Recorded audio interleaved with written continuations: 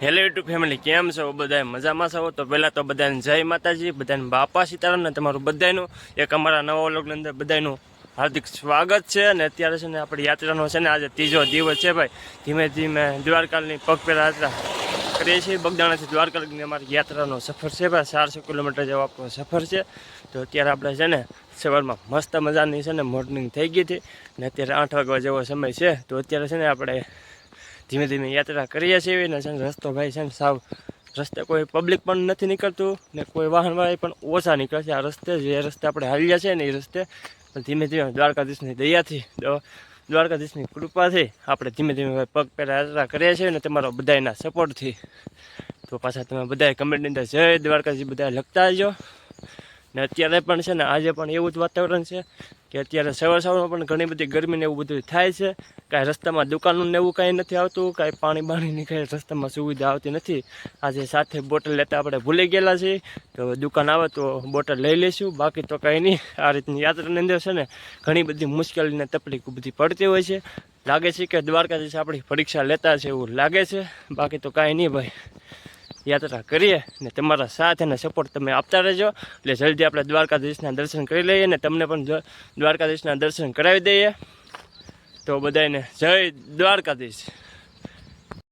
યાત્રા કરે છે ને એવો એ રસ્તો એવો છે કે નહીં, ત્યાં છે ને કોઈ વાહન કે કોઈ પબ્લિક કે બસ કોઈ નહીં. આપણે બસ એકલા રસ્તામાં છે ને ક્યારેક કોઈ વાહન લઈને નીકળતું હોય તો બાકી સાવ એકલા હાલવાનું હોય છે. એવો રસ્તો છે આપણો સફર કંઈક આ રીતનો છે ભાઈ.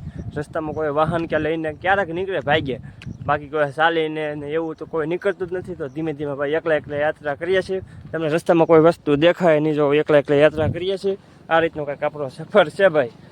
મિત્રો અત્યારે આપણે ધીમે ધીમે આપણે યાત્રા કરીએ છીએ ને અત્યારે સમયની વાત કરું ને તો અત્યારે 10:30 જેવો સમય થવા આવી ગયો છે. ને અત્યારે છે ને રસ્તામાં આપણે ક્યારના રસ્તામાં હાલીએ છીએ પણ રસ્તામાં કોઈ દુકાન કે કોઈ પાણીનું પરબ ને એવું કાંઈ આડું આવતું નથી.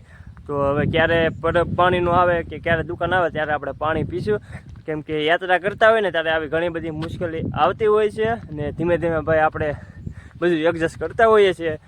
તો હવે આપણે ધીમે ધીમે યાત્રા કરીએ ને પાણીનું પરબ આવશે ત્યારે પાણી પીશું. અને તમે જોવો ને તો રસ્તો સુનસાફ છે ભાઈ. રસ્તામાં કોઈ દુકાન કે કોઈ પબ્લિક કે કોઈ વાહનવાળા પણ આવતા નથી. તો ધીમે ધીમે યાત્રા કરશું ને જ્યારે પાણીનું પરબ આવે ત્યારે પાણી પીશું. પણ તમારો જેવો સાથ અને સપોર્ટ છે એવો ને એવો સાથ અને સપોર્ટ આપજો અમને ઠેઠ લગીને. તો પછી આપણે સરારા પૂગી ગયા હતા અને દાન બાપુનો આશ્રમ તો પૂગી ગયા હતા. પછી ત્યાં બધા દર્શન કરી લીધા છે ને તમે પણ દર્શન કરી લેજો દાન બાપુના આશ્રમના. કૃષ્ણ ભગવાનના દર્શન કરી લીધા છે ને પછી આપણે દર્શન કરવાના છે શરમાળિયા દાદાના દર્શન કરવાના છે. તો શરમાળિયા દાદાના તમે પણ દર્શન કરી લીધા ને પછી બેસી ગયા છે એ પ્રસાદી લેવા. તો પ્રસાદી લેવામાં કંઈક આ રીતની વસ્તુ હતી ને પ્રસાદી લઈને ઘણી બધી મજા આવી છે દાન બાપુના આશ્રમમાં. છે ને મસ્ત મજાના 2 વાગી ગયા છે ને આપણે છે ને આજે છે ને જમવાનું ક્યાં હતું તો દાન બાપુનો આશ્રમ છે ને ત્યાં જમીન પાછા આપણી યાત્રા ચાલુ કરી હતી. તો અત્યારે આપણે બગસરા તરફ જઈ રહ્યા છીએ. પણ છે ને અત્યારે ઘણો બધો તડકો છે ને તો અહીંયા મસ્ત મજાનો છાંયો હતો ને તો અહીંયા ઘડીક આરામ કરવા બેસી ગયા છે. બાકી તો કાંઈ નહીં, આજે ઘણો બધો તડકો છે. કાલના જેમ જ આજે પણ ઘણો બધો તડકો છે, તમે બધા જોઈ શકો છો. ગરમીને એવું બધું વધારે છે તો અહીંયા જુઓ બસ પોરો ખાવા બેઠા. બપોરે ક્યાં જમવાનું હતું ને એ તમને વાત કરું ને તો અહીંયા સલાલા છે ને દાન બાપુનો આશ્રમ છે ને ત્યાં અમે પ્રસાદી લીધી હતી ને પછી પાછી આપણી યાત્રા અમે ચાલુ કરી દીધી હતી.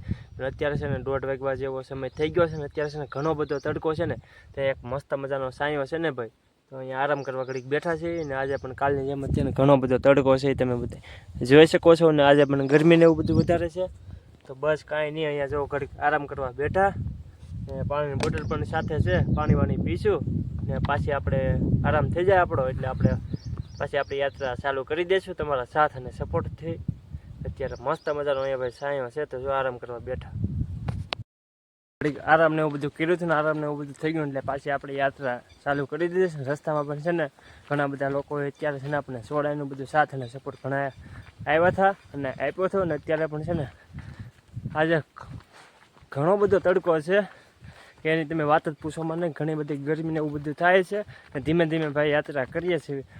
યાત્રાની અંદર છે ને ઘણી બધી મુશ્કેલી આવતી હોય છે આવી નાના મોટી. ધીમે ધીમે યાત્રા કરીએ છીએ ભાઈ ને દ્વારકાધીશ આપણી સાથે છે એવું લાગે છે અત્યારે. ને તમે જોવો ને તો કંઈક આ રીતનો તડકો છે. તો બધાને જય દ્વારકાધીશ બધાને. આ રીતની ભાઈ યાત્રા કરીએ છીએ ધીમે ધીમે તમારા સાથ અને સપોર્ટથી. ને દ્વારકાધીશ અત્યારે આપણી સાથે હોય એવું લાગે છે ને ધીમે ધીમે યાત્રા કરીએ છીએ. ચાલતા ચાલતા આપણે યાત્રા કરતાં અત્યારે છે ને મસ્ત મજાનો 5:30 જેવો સમય થઈ ગયો છે ને બગસરા છે ને ખાલી 5 કિલોમીટર હવે દૂર છે ને આજે આપણે છે ને સાંજે બગસરા રોકાવાનું છે કેમ કે ત્યાંથી છે ને ફોન આવ્યો હતો કે તમારું આજે જમવાનું ને બધું શું રહેવાની સુવિધા ત્યાં છે તો તમે ધીમે ધીમે જઈશું અને આપણે છે ને બગસરા આજે રોકાવાનું છે ને અત્યારે છે ને મસ્ત મજાનો ભાઈ 5:30 જેવો સમય થઈ ગયો છે ને પણ અત્યારે આજે છે ને અત્યારે પણ છે ને ધીમો ધીમો તડકો લાગે છે એવું બધું છે ભાઈ. ધીમે ધીમે છે ને એ આપણી યાત્રા કરીએ છીએ ને હવે રસ્તામાં કોઈ ન દેખાતું. જો અત્યારે પણ કોઈ નથી દેખાતું. આપણો વિસ્તાર જ એવો છે કે રસ્તામાં કોઈ દેખાય નહીં કેમ કે આપણે લોકેશન જ નક્કી કરેલું છે. તો જય દ્વારકાધીશ. 6 વાગ્યા જેવો સમય થઈ ગયો છે. આપણે છે ને બગસરા બસ પૂગી જ ગયા છે. એમાં 1.5 કિલોમીટર દૂર છે. 6 વાગ્યા જેવો સમય છે ને આજે છે ને આપણે બગસરા રોકાવાનું છે કેમ કે સાંજ પડી જાય તો પછી બગસરા રોકાવાનું છે ને પછી પાછા સવારમાં યાત્રા ચાલુ કરીશું. અત્યારે પણ ગરમી જેવો માહોલ છે. તો અલખ આશ્રમ છે ને ત્યાં આજે આપણે રોકાવાનું હતું તો અત્યારે જમવાનો સમય થઈ ગયો તો આપણે થોડુંક જમી લઈએ. તો અત્યારે આપણે છે ને બગસરામાં છીએ. અહીંયા એક રામાપીરનો આશ્રમ છે ને ત્યાં આપણે અત્યારે રોકાણેલા છીએ ને સવારમાં પાછા છે ને આપણે વહેલા યાત્રા ચાલુ કરી દઈશું. અત્યારે તો જમી લીધું છે ને અત્યારે સમય છે ને 9 વાગ્યા જેવો સમય થઈ ગયો છે. બાકી તો કાંઈ નહીં, રામાપીરનો આશ્રમ છે તો તમે રોકાણા જમ્યા અને હવે તો અહીંયા રોકાઈને સુવાનું છે. તમને અમારો આજનો વ્લોગ કેવો લાગ્યો ને બધા ખાસ કરીને કમેન્ટ કરીને કહી દેજો. તો બધાને જય માતાજી, બાપા સીતારામ, બધાને જય દ્વારકાધીશ.